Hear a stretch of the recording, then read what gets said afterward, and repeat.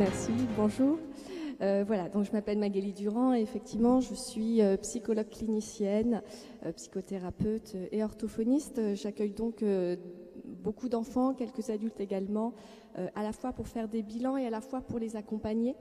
Alors en psychothérapie au plan affectif et émotionnel et en tant qu'orthophoniste davantage au plan cognitif, ce qui me permet d'avoir une vision un peu globale. Diaporama simplement.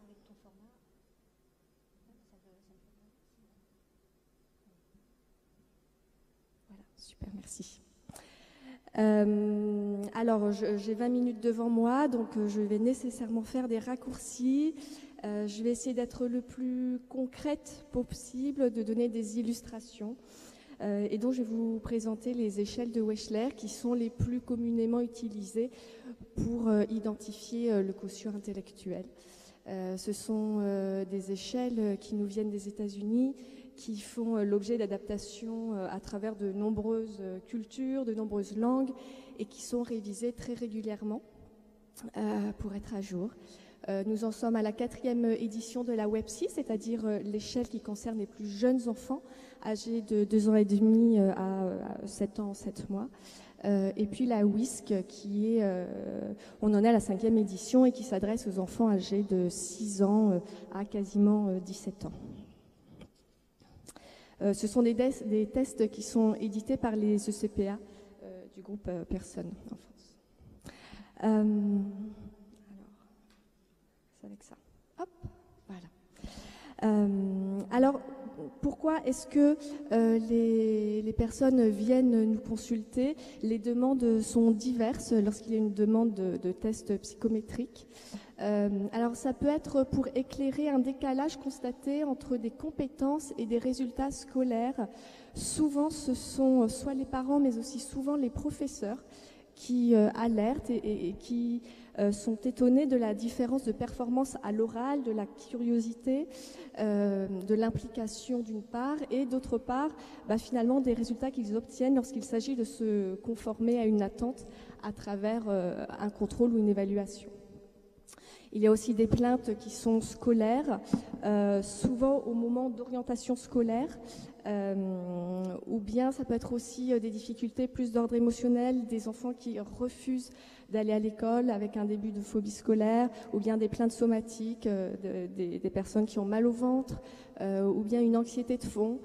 Parfois aussi ce sont des personnes qui ont le sentiment d'avoir une scolarité laborieuse, qui travaillent beaucoup et qui pourtant n'ont pas des résultats à la hauteur de leur travail. Donc il y a un moment donné, les parents ou les enfants ressentent la nécessité de faire le point et d'avoir une vision un peu globale des performances de l'enfant. On peut aussi préconiser un test psychométrique pour contribuer au diagnostic de troubles spécifiques des apprentissages. Alors là, ce sont souvent soit des orthophonistes, soit des psychomotriciennes qui peuvent nous adresser des patients pour lesquels elles sont en difficulté pour établir la spécificité du trouble qu'elles observent. Elles observent bien qu'effectivement, il y a une difficulté en langage écrit ou une difficulté au plan de la gestion praxique, mais comme elles ont des outils très spécialisés, elles n'ont pas la capacité à établir la spécificité. On a donc besoin d'avoir une vision un peu plus globale du fonctionnement d'un enfant pour pouvoir poser ce diagnostic de trouble spécifique. Et puis c'est aussi l'occasion de permettre une représentation plus juste de soi. Souvent, des enfants arrivent avec une représentation de soi très dévalorisée, avec un manque de confiance, parce que justement, ce qu'évoquait le docteur Boukalfa, sont des enfants qui peuvent avoir un sentiment de décalage entre ce qu'ils ressentent, ce qu'ils observent, l'image qu'on leur renvoie d'eux, et ils se perdent un peu dans cette multiplicité de facettes et de reflets d'eux-mêmes finalement. C'est donc aussi l'occasion de changer de regard. Les parents aussi peuvent modifier un peu leur approche, modifier le regard qu'ils peuvent avoir sur leur enfant et entraîner un cercle qui devient un cercle vertueux. Et puis parfois, c'est pour répondre à des exigences administratives telles que la demande de bilan MDPH. C'est aussi quelque chose d'important puisque c'est souvent ce qui va permettre la mise en place d'adaptations au plus juste.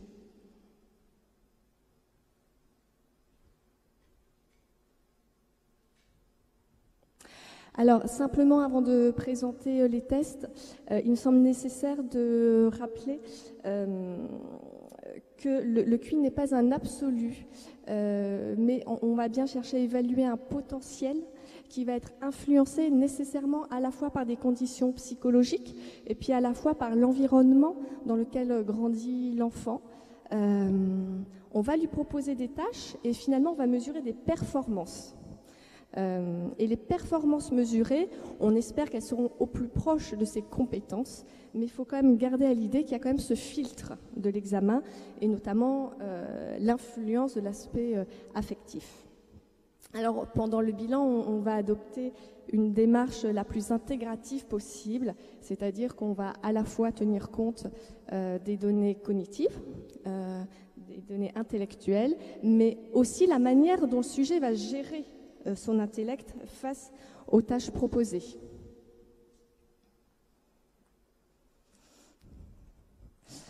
Alors, qu'est-ce qu'on mesure ?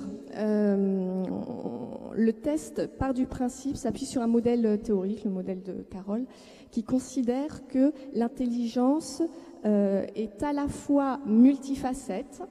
On va donc essayer d'évaluer les différentes composantes de l'intelligence et à la fois, il y a un facteur général à l'intelligence qui se retrouve dans toutes les épreuves.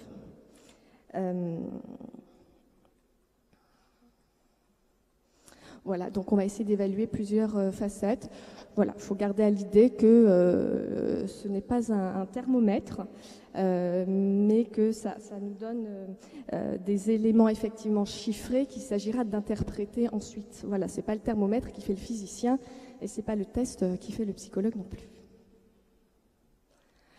Alors, par exemple, sur l'échelle de compréhension verbale, une des épreuves est l'épreuve de similitude qui se présente comme ça.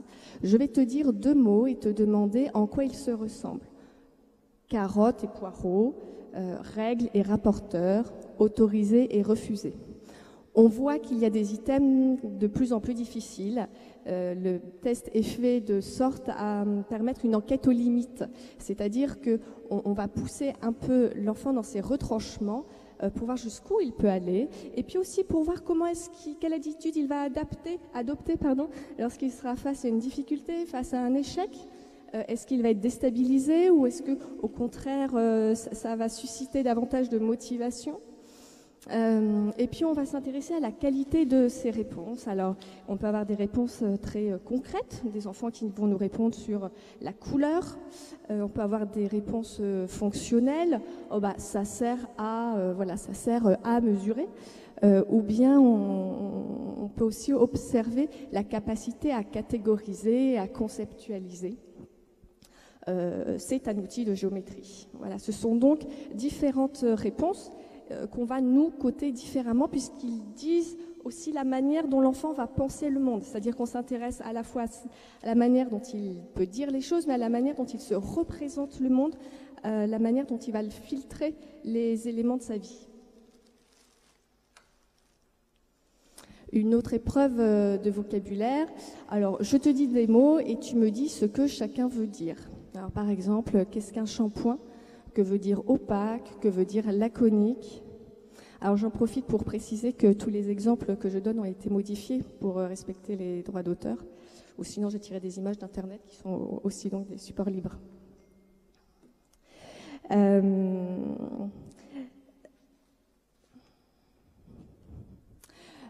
Alors l'aspect de la compréhension verbale est assez prédominante dans les apprentissages scolaires puisque c'est à la fois prédictif et c'est aussi ce qui est le plus sensible aux différentes possibilités d'apprentissage. C'est donc aussi un regard plutôt positif de pouvoir se dire que finalement en confrontant l'enfant à davantage de stimulation, on peut vraiment espérer augmenter ses capacités de raisonnement à partir d'un support verbal. Alors ça, sur l'échelle de raisonnement fluide, en fait, l'échelle de raisonnement fluide va chercher à mesurer les compétences de raisonnement logique en dehors d'un support verbal. Regarde ces images, laquelle de celles-ci va là? Alors, on a à la fois des éléments qui peuvent être très simples, et puis ensuite les choses vont se complexifier. Il est intéressant de regarder aussi la question des infiltrations émotionnelles. Par exemple, pendant les épreuves, il y a des enfants qui tout à coup peuvent se mettre à nous parler d'une angoisse scolaire, ou alors complètement s'inhiber ou déclencher parfois même de la colère.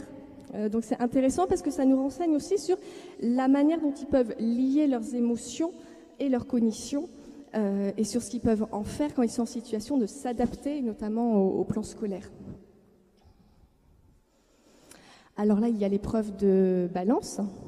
Qu'est-ce qui, parmi ces réponses, pèse la même chose que celle-ci? L'enfant doit équilibrer la balance en trouvant le poids juste qui permet de maintenir l'équilibre. Ça nous donne des renseignements sur le raisonnement quantitatif. Alors, les épreuves ne sont pas pures, c'est-à-dire qu'à la fois, là, on va mesurer effectivement la logique, mais ce type d'épreuve est par exemple très sensible à la capacité d'attention, de concentration, de mémoire de travail, de motivation. Les tests commencent donc les subtests par des éléments simples et puis se complexifient. Et parfois, on peut être étonné de constater qu'il y a des enfants qui sont presque en échec sur les items les plus simples. Et puis finalement, lorsque ça se complexifie, ils réussissent mieux. Ça peut paraître surprenant, mais ce sont par exemple dans le cas d'enfants présentant des hauts potentiels intellectuels qui ont besoin de défis en fait pour pouvoir mobiliser et recruter pleinement leurs compétences. Donc ça peut aussi nous renseigner sur ces enfants qui sont en échec et en difficulté scolaire, alors que finalement, si on leur proposait des choses plus difficiles, un exercice de mathématiques plus difficile, ils pourraient se mettre à penser et seraient davantage en réussite. Alors là, c'est l'épreuve de cube. L'enfant a devant lui une figure, un dessin, et il doit reproduire le dessin à l'aide de cubes qui sont, comme on le voit sur l'image, rouge, blanc et puis bicolore. Alors là, on va à la fois s'intéresser à ses capacités visio-spatiales, visio-constructives, comment est-ce qu'il peut analyser, synthétiser les données visuelles, et puis après les avoir encodées, comment est-ce qu'il va pouvoir aussi avoir recours à sa motricité, à la manipulation, à la gestion visio-praxique pour agencer les cubes. Hier, par exemple, j'avais devant moi un adolescent qui a été très performant, mais qui, par contre, n'utilisait qu'une main, et puis pas toujours la même. Une fois la main droite, une fois la main gauche. Bon, ça fonctionne, mais c'est quand même une particularité d'investissement corporel. C'est d'ailleurs très intéressant de voir la manière dont les adolescents, particulièrement, au moment de l'adolescence, mais aussi les jeunes enfants, la manière dont ils vont pouvoir inscrire globalement leur corps, comment est-ce qu'ils vont mobiliser leur corps lorsqu'ils réfléchissent. Certains restent impassibles, d'autres au contraire sont très investis, voire voûtés. Parfois, notamment pour les plus jeunes, il y a des débordements moteurs importants. Ça nous renseigne sur le lien entre le cognitif et le corporel. Voilà. On essaye toujours de garder en tête comment est-ce que l'enfant investit son intellect, comment il fait le lien avec ses émotions et avec son corps. Alors là, je voulais vous proposer une épreuve qu'on soumet aux plus jeunes. Ceci est une maison, assemble les pièces aussi vite que possible. C'est une série de puzzles qui vont en difficulté croissante et que l'enfant doit assembler en un temps défini. La dimension temporelle intervient sur plusieurs subtests. Et il peut être intéressant de voir comment est-ce que l'enfant résiste à la pression du chronométrage. Or, pour certains, c'est une pression. Pour d'autres, au contraire, c'est quelque chose qui est motivant. D'autres se montrent indifférents, font comme si ça n'existait pas. Et puis, c'est intéressant de le mettre en relation avec la plainte initiale, la demande. Puisqu'en situation scolaire, la dimension temporelle est très importante et peut être inhibante. On va également mesurer les compétences de mémoire de travail. La mémoire de travail, c'est la capacité à encoder une information, à la manipuler mentalement pour adapter sa réponse à un problème donné. Ça dure quelques secondes. Alors, il y a une épreuve de mémoire des chiffres, par exemple. Je vais te dire des chiffres et tu les répéteras exactement comme moi. les suites de chiffres sont de plus en plus longues. Et tant que l'enfant est en réussite, on continue. C'est une épreuve qui est assez répétitive, qui peut être rébarbative. Donc la manière dont l'enfant va faire avec cette contrainte, répondre à une demande qui n'est pas forcément très intéressante, se conformer à la demande de l'adulte, peut aussi nous renseigner sur ces processus. Et puis il y a d'autres enfants qui, au contraire, vont jouer au loto. 2, 8, 4, 3. Et là, je vois l'enfant qui papillonne ou qui n'est pas du tout présent. Et je lui dis, à toi. Et avec une assurance certaine, 8, 6, 3, 2. On ne sait jamais si c'était son jour de chance. En tout cas, cette manière de faire avec cette pensée presque magique, s'il le fait en face de moi, j'imagine bien qu'il le fait aussi à l'école et ça ne lui réussit pas toujours. Il y a une autre épreuve qui est une épreuve de reconnaissance d'image. Alors, on présente à l'enfant une image, ensuite une image, puis 2, puis 3, et puis on les dissimule et l'enfant doit les retrouver parmi plusieurs. Alors, on teste les deux modalités, c'est-à-dire qu'il y a à la fois une modalité auditive et une modalité visuelle. Et puis, on regarde est-ce qu'il y a une dissociation entre les capacités auditives et les capacités visuelles. Et c'est riche d'enseignements pour nous, pour ensuite proposer des adaptations spécifiques et les plus adaptées possibles. Est-ce qu'on va devoir plutôt privilégier, par exemple, un dictaphone pour les apprentissages ou au contraire privilégier des cartes mentales? Enfin, voilà, c'est une source importante. Et puis, la dernière échelle que je vais vous présenter est l'échelle de vitesse de traitement. Il s'agit de mesurer la capacité, enfin surtout la rapidité à analyser des données visuelles et puis à adapter une réponse qui soit graphomotrice. C'est donc pas une vitesse des processus cognitifs, mais c'est vraiment une vitesse de réponse motrice. Alors, je vous propose deux épreuves. L'épreuve de symbole. L'enfant, en fait, doit retrouver le plus rapidement possible le petit dessin qui est sur la gauche et le marquer avec un tampon encreur. Et puis, l'épreuve de barrage, où il y a comme ça une multitude d'images, alors à la fois soit organisées spatialement ou non, ce qui va aussi nous permettre de comparer un petit peu l'influence qu'a l'organisation spatiale sur ces processus cognitifs. Et l'enfant doit repérer et barrer en fait le plus rapidement possible toute une catégorie d'objets. Tous les vêtements, tous les fruits, enfin bon. Et ce qui est intéressant, c'est que ces épreuves amènent l'enfant à devoir faire avec deux critères qui sont à la fois la précision et la rapidité. Certains enfants vont privilégier la rapidité, être très rapides, voire impulsifs, mais au détriment de la qualité et de la précision de leur production. D'autres enfants, au contraire, vont être très précis, très méticuleux, mais très lents. Et c'est aussi très impactant, finalement, pour leur performance. Alors, simplement, une fois qu'on a pu mesurer les différentes capacités dans les différents domaines, les différentes échelles, les différents subtests, on va simplement les comparer à une norme. Bon, ce schéma est un peu chargé, mais simplement ce qu'il faut retenir, c'est que vous voyez, on a en fait 68% dans la zone médiane, entre 85 et 115, et puis on a simplement 2% aux extrêmes, c'est-à-dire au-delà de 130 et en dessous de 2%. Voilà. On va ensuite essayer de mettre en lien les difficultés rencontrées dans la vie du sujet. C'est pour ça qu'il vient nous consulter, parce qu'il a une difficulté. Et puis on va essayer du coup d'y apporter du sens. Oui, ce qu'il faut aussi préciser, c'est que ce qui est très intéressant, c'est de regarder quels sont ses points forts, quels sont ses points faibles. Est-ce que les résultats sont homogènes ou est-ce qu'il y a une hétérogénéité ? Ce qu'on disait déjà ce matin précédemment, c'est qu'un enfant qui est confronté à une hétérogénéité de fonctionnement, ça veut aussi dire qu'il va avoir un miroir de ses compétences hétérogènes. Et il peut avoir un sentiment de décalage et c'est difficile d'avoir une représentation de soi unifiée, stable, quand on a des retours et des reflets très hétérogènes et très divers. Donc c'est important aussi de pouvoir mettre du sens pour que l'enfant se réapproprie son fonctionnement.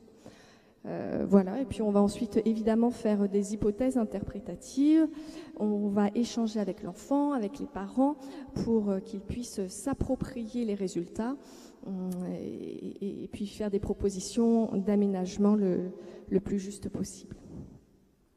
Voilà. L'intelligence est presque inutile à celui qui ne possède qu'elle, simplement pour rappeler que le bilan psychométrique est un outil parmi d'autres. En tant que psychologue, on a de nombreux outils, notamment des épreuves projectives pour étudier l'aspect plus psychodynamique, affectif. Ce qui nous intéresse, c'est de voir comment est-ce que le sujet va pouvoir mettre à profit son intelligence, ses particularités, pour mener une vie la plus harmonieuse possible. Voilà. Merci.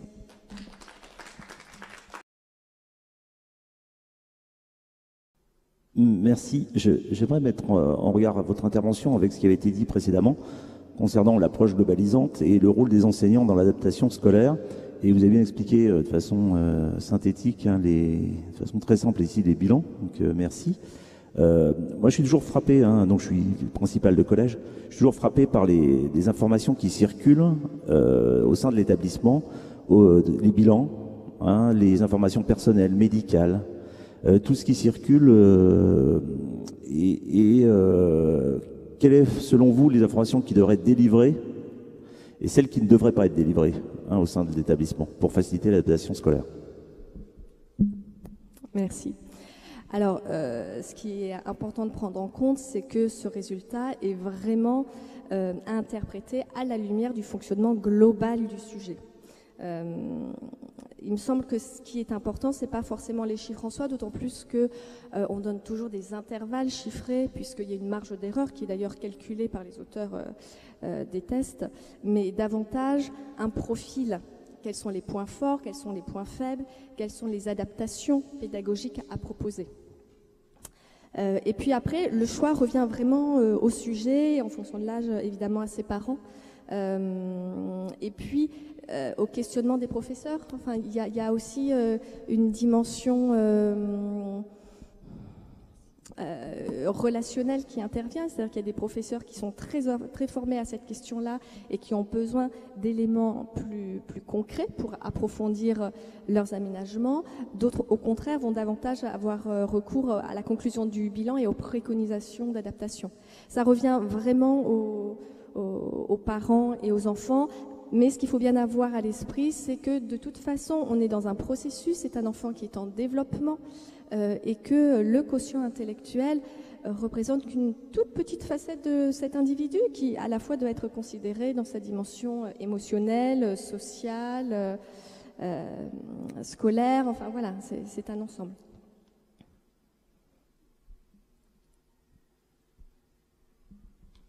Il y a des questions dans la salle. Par contre, je veux bien en profiter pour rappeler aux personnes connectées qu'elles peuvent tout à fait poser leurs questions depuis leur ordinateur. Voilà. Alors, moi, je voulais intervenir sur la place du bilan au niveau de l'évaluation.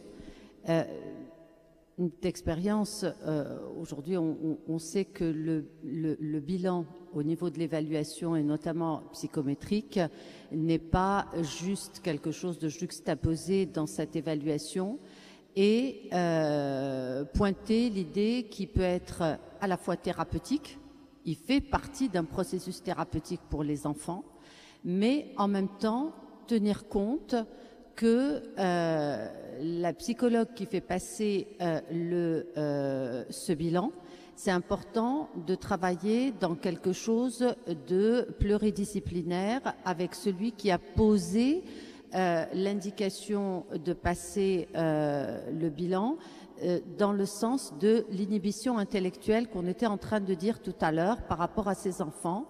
Lorsqu'ils sont dans une phase plutôt dépressive et parfois une dépression majeure avec une inhibition intellectuelle, on sait très bien que le QI sera moindre et il ne sera pas du tout représentatif du profil de l'enfant.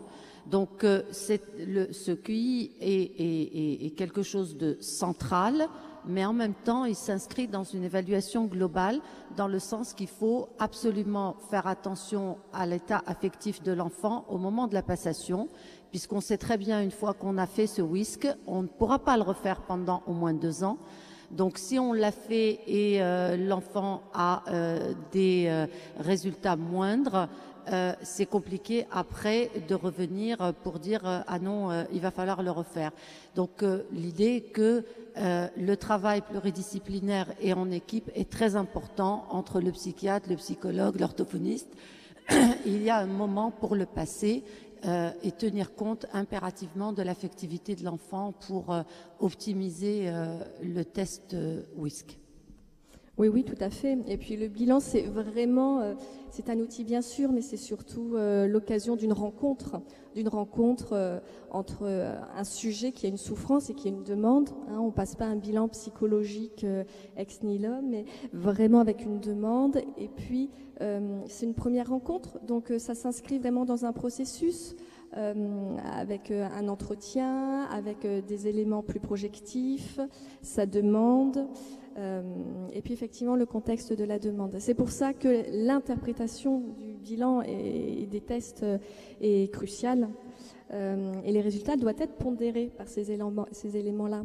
Moi, il m'arrive parfois souvent d'avoir finalement des enfants, même des adolescents, qui au moment de la première épreuve, je leur présente le premier item, et puis là il y a un effondrement, des larmes qui arrivent, l'expression soit d'une difficulté de séparation avec les parents qui viennent de sortir, soit l'occasion de rencontrer une psychologue finalement pour la première fois, et eux, leur demande finalement était peut-être plus de pouvoir exprimer leurs difficultés. Et puis il y a aussi l'angoisse que peut générer de passer un test. Est-ce que l'enfant a bien dormi par exemple avant de faire le bilan, ou est-ce qu'il était paralysé par l'angoisse, ce qui est quand même assez rare, mais ça peut arriver, et il a fait une nuit blanche. Bien sûr, les conditions d'expérimentation doivent être prises en compte, absolument.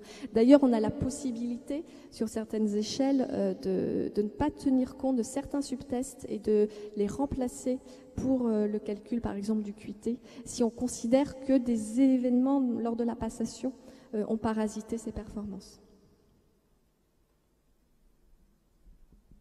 Et peut-être juste préciser qu'on peut effectivement, enfin moi il m'arrive de refaire un test à 1 an, et puis là on peut aussi jouer avec la WISC 4 et WISC 5, c'est-à-dire qu'on peut rebasculer sur une des 2 mallettes. Donc on a quand même ces possibilités-là effectivement pour réduire le temps qui est à 1 an et demi, 2 ans entre 2 passations. Après il ne s'agit pas non plus de tester, retester et faire en sorte que l'enfant passe son temps à être en bilan, même si c'est en soi pas du tout traumatique. Hein. Même un enfant qui s'effondre, alors c'est souvent les plus petits, hein, et c'est plus lié à la séparation, puisque le bilan se fait normalement sans le parent. Bon, moi il m'arrive de le faire avec la famille malgré tout quand l'enfant est vraiment jeune. Mais alors je vois qu'on me dit qu'il ne faut pas trop traîner, mais il y a moyen de repasser le bilan, d'utiliser les subtests optionnels. Après, il y a également l'ANEPSI, le KABC, alors qui sont moins appréciés effectivement des partenaires éducatifs et même des partenaires de soins, mais il y a possibilité d'utiliser d'autres outils. Voilà. Et c'est vrai que ce que disait Magali par rapport au contexte de la demande, même si on prend qu'un tout petit peu de temps avant le bilan pour poser cette demande, c'est important. La demande du parent n'est pas nécessairement la même que la demande qui l'a amené à avoir nos coordonnées et à venir jusqu'à nous, et la demande de l'enfant. En tout cas, l'enfant, il a toujours quelque chose à dire lors de ce bilan. S'il nous dit en bilan qui boycotte ou qui pleure ou qui va pas ou qu'il est opposant, c'était ça qu'il y avait d'important à dire. Auquel cas, on va davantage prendre notre plume pour écrire sur le comportement et sur des éléments cliniques que sur... on va pas s'attarder sur le chiffrage. Voilà.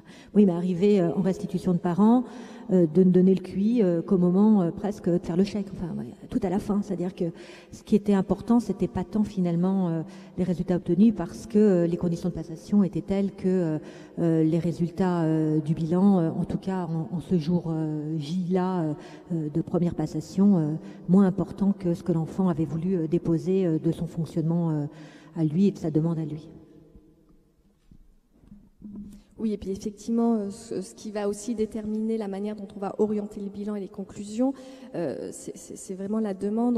Vous parliez d'un travail pluridisciplinaire. Par exemple, une orthophoniste qui demande un bilan ou un pédopsychiatre vont avoir des demandes beaucoup plus précises, des questions plus ciblées, voilà, qu'une impression qui tombe souvent juste, mais de professeurs ou d'enseignants. La question qui nous est posée est différente. On va donc entamer une démarche aussi qui est différente. Bonjour, je voudrais revenir sur ce que disait Monsieur Bourron. Est-ce que le bilan tombe sous le sceau du secret médical ou est-ce que voilà, on peut tous avoir accès au bilan? Alors, moi, je remets le bilan aux parents. C'est un document qui est confidentiel, mais ils sont libres d'en disposer comme ils le souhaitent. Voilà. S'ils le souhaitent, je fais parfois des retours téléphoniques aux partenaires qui ont demandé les bilans. Voilà. Et c'est vraiment la décision des parents et je leur explicite les tenants et les aboutissants. Voilà, ce sont des enfants aussi qui vont grandir. Parfois, les dossiers peuvent suivre les enfants et un bilan 3 ans après, dans les mains de personnes qui n'ont pas connu l'enfant quelques années auparavant, ne va pas forcément être révélateur de l'enfant qu'ils vont avoir en face d'eux. Donc, je ne suis pas sûre qu'il y ait un intérêt. Voilà. Mais les parents ont vraiment toute l'attitude pour prendre cette décision-là. Je ne me substitue pas à leur décision. Alors moi, j'ai tendance à les conseiller. J'ai tendance à leur dire, effectivement, de communiquer ce qu'ils ont envie de communiquer, pas forcément montrer et encore moins laisser. Voilà, c'est-à-dire qu'ils vont dire ce qu'ils pensent être important d'être dit sur le bilan. Voilà. Parfois, ils peuvent montrer même qu'une partie du bilan, ou ne rien montrer du tout d'ailleurs, et ne donner que des éléments voilà, qu'il semble judicieux d'être donnés. Et en tout cas, de ne rien laisser, si ce n'est à l'infirmière, au médecin scolaire, au psy-EN. Mais ça n'a pas lieu, un document, on va dire, psychométrique dans un dossier pédagogique. Ça n'a pas lieu. J'ai envie de dire quand même que l'importance du bilan est cruciale par rapport aux adaptations scolaires qu'on va mettre en place. Ça n'a aucun intérêt pour les enseignants de connaître les chiffres, ce n'est pas du tout parlant. Maintenant, l'intérêt d'un WISC, c'est qu'on va décrypter de façon vraiment très précise où sont les troubles au niveau instrumental, que ce soit la vitesse de traitement, la mémoire de travail, les troubles attentionnels, tout ce qui est visio-spatial, de façon très claire. Et c'est à partir de ces résultats-là, à la lumière de la clinique, qu'on va construire les objectifs du PAP et qui seront validés par le médecin scolaire. Donc là, l'intérêt de ces chiffres, ce n'est pas de les avoir juxtaposés face à nous, ça ne nous sert absolument à rien au corps enseignant. Maintenant, c'est à partir de ces chiffres-là que vous allez avoir la feuille de route par rapport à tout ce qui est adaptation scolaire. Donc c'est chiffre par chiffre nous permet de mettre en place des adaptations. Ça a un intérêt pour les enseignants. Maintenant, le chiffre en soi, c'est pas très parlant.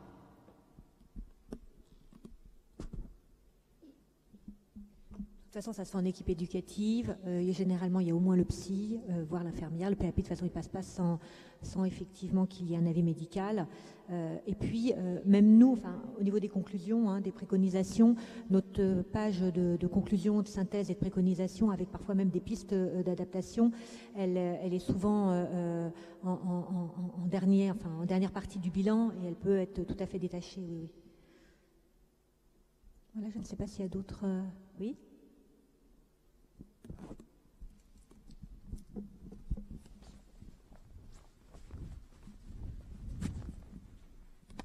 Merci. Alors moi j'avais une question un petit peu précise du coup puisque elle a été posée. En cas où on suspecte une inhibition de la part d'un enfant, qu'est-ce que vous préconisez premièrement en termes de démarche? Est-ce que c'est plutôt une démarche psychologique d'abord puis ensuite un test ou est-ce qu'on risque le test et on fait la suite après? Et puis, la deuxième chose qui m'a interpellée, c'est au niveau de la gestion des émotions. Là, on parlait d'Einstein, là, avec ma voisine, et on se disait que quand même, avec un QI, je crois, de 160, c'est quelqu'un qui émotionnellement a vécu des choses extrêmement fortes et qui a réussi à les gérer d'une façon, on peut dire, relativement intelligente. Et donc ces tests, il semblerait qu'ils ne testent pas cet élément. Et quand on nous les présente, la dimension émotionnelle de ces enfants est toujours avancée comme un élément plutôt point faible, à risque. Donc moi, je m'interroge par rapport à ça. Non, pas nécessairement. C'est simplement que la dimension affective est à prendre en compte pour l'interprétation des résultats. Maintenant, il y a aussi, c'est pas la majorité des personnes qu'on a dans nos cabinets, mais des personnes qui sont très intelligentes, a priori, c'est d'abord un point fort dans la vie. C'est un point fort pour la réussite de la scolarité, pour la réussite professionnelle, pour la capacité à gérer ses émotions. Mais effectivement, ce ne sont pas ces personnes que l'on a le plus au sein de nos cabinets, parce que ça peut aussi amener des difficultés lorsqu'il y a une dissociation entre la gestion émotionnelle et la gestion intellectuelle. On rencontre aussi beaucoup de personnes qui finalement vont recruter leur capacité intellectuelle au service de leur gestion émotionnelle. Et ça devient aussi un point fort.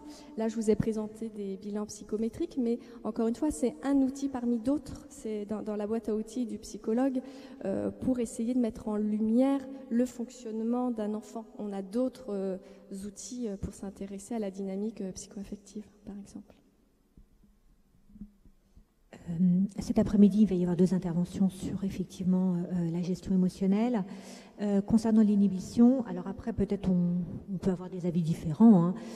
Moi, je ne vois une inhibition qu'à partir du moment où effectivement j'ai pu bilanter l'enfant. C'est en situation de bilan que je vais observer effectivement cette forme d'inhibition. Et derrière, je proposerai peut-être des bilans complémentaires dont parlait Magali, TAT, Rorschach, ou des entretiens cliniques. Ensuite, une prise en charge avec effectivement la possibilité d'une levée de l'inhibition, mais qui va prendre quand même un certain temps, pas à moins d'1 an, 2 ans, parfois plus, hein, enfin voilà, mais pas à moins d'1 an. Et ensuite, on repropose effectivement un bilan. Moi, j'ai de plus en plus de tests-retests. Hein, et d'ailleurs, c'est extrêmement intéressant de voir comment la plasticité cérébrale, comment l'environnement peut intervenir sur l'accompagnement psychoaffectif, psychique et même cognitif de l'enfant. C'est-à-dire que l'enfant qui est réévalué 2 ans après, 3 ans après, et qui voit son profil bouger, c'est extrêmement intéressant. Là où c'est encore plus flagrant, ça va être sur des rééducations de troubles. On dit que le trouble résiste, il a beau résister, les rééducations, elles sont quand même là pour permettre des rééquilibrages, des remédiations, enfin voilà. Et on voit le profil s'harmoniser, par exemple, on voit le profil bouger. Donc il y a toujours possibilité de réévaluer avec un autre outil ou le même à 2 ans d'écart. Et puis on a mis entre-temps en place des aménagements, des prises en charge qui auront été ajustés parce qu'on aurait été vraiment zoomé sur les modes de fonctionnement de l'enfant.